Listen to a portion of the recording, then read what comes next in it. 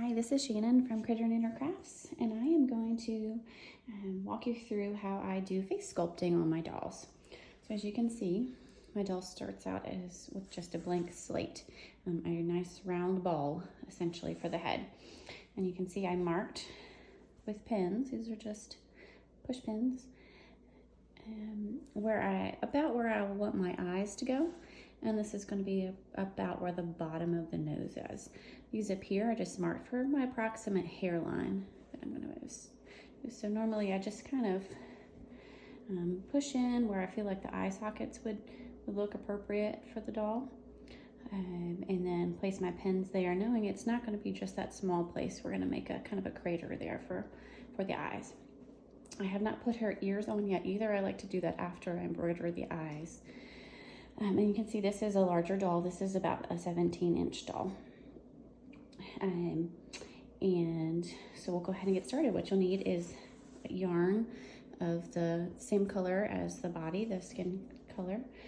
I like to use these long needles, but you can use a normal embroidery needle as well. And then scissors, and then pins. So what I normally do, this is already attached to the back of her neck.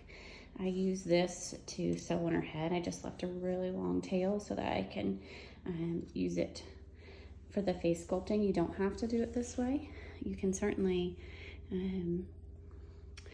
just attach it like you normally would, poking in it and tying a knot there.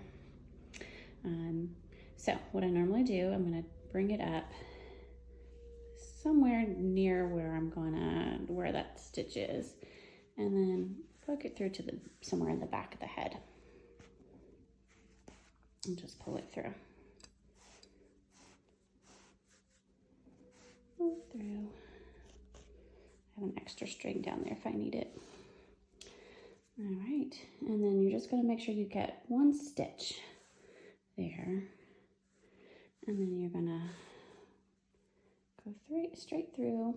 You kind of have to play with it a little bit to find where that pin is. And at that point, I usually take the pin out. Otherwise, it's going to get caught on your yarn. I'll take that pin out, and you see that's right where that eye was. And then you pull it through. Now, you will notice if you pull too tightly that you're going to have some pulling in the back of the head. And again, it's not a big deal because you'll have hair to cover it. But if you're planning on not putting hair on, you would just want to be careful not to pull too tightly or to pull it back out. And so I may actually go over one more stitch.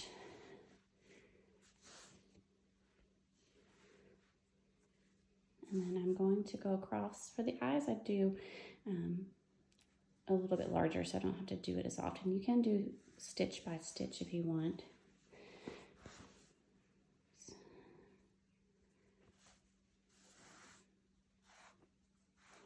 And then on the front, you are going to pull pretty tightly. So you want the starting of that eye socket there. And this also helps to start shaping the nose. And then we'll just go over a couple more.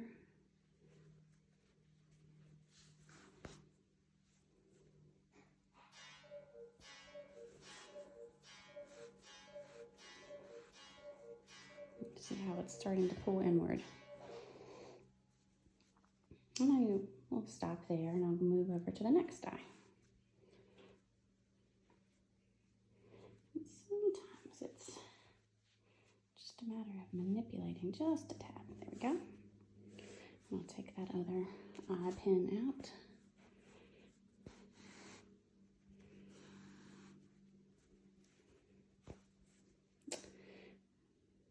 And then do the same thing.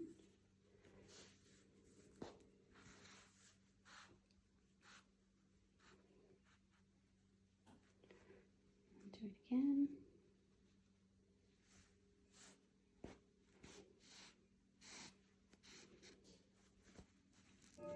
Okay, just checking back here.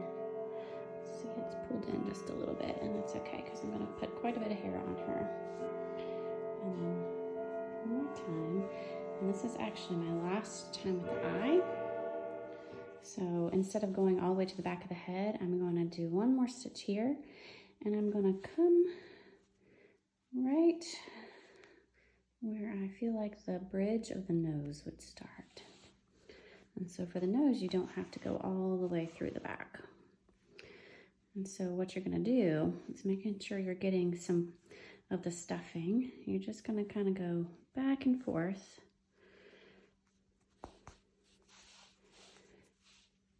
And it's going to start to form the bridge of the nose there.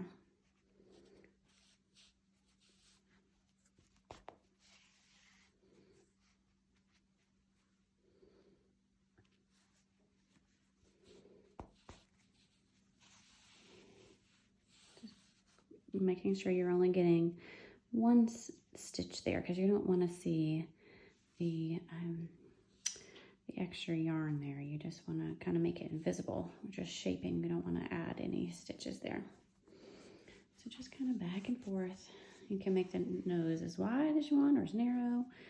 And then, of course, it starts to widen up just a little bit at the bottom.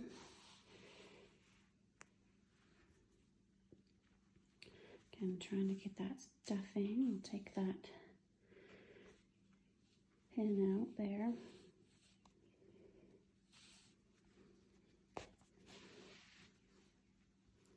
Kind of pushing it with your fingers.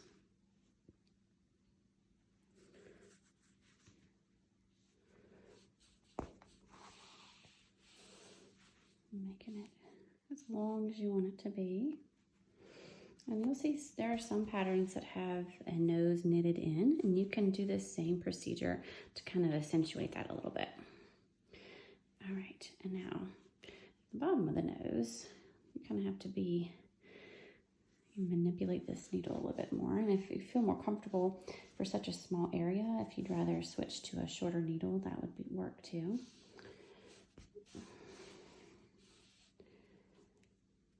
And just want to go along the bottom here, making sure you're going deep enough to grab some of that stuffing, because you don't want it to be without stuffing there. And just back and forth.